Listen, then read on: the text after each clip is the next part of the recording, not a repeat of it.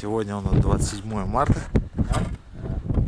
Пытаемся ловить окуней. С утра немного поклевало, но что-то как-то слабенько. Там десятка по два поймали. Снег пошел. Обещали вроде дождь, пошел снег. Сейчас будем пытаться словить пельмени на ветру. Вот при помощи такой вот чурки. Заранее дома было напилено. Сейчас в середину нальем бензин, там соляра смешанный. И все, и сварим и пельмени, и чай сварим. Вот таким вот образом завалили машину, чтобы нам не мешало это все. Ни ветер, ни это. Будем варить. Ну, вот таким вот образом набрали водички.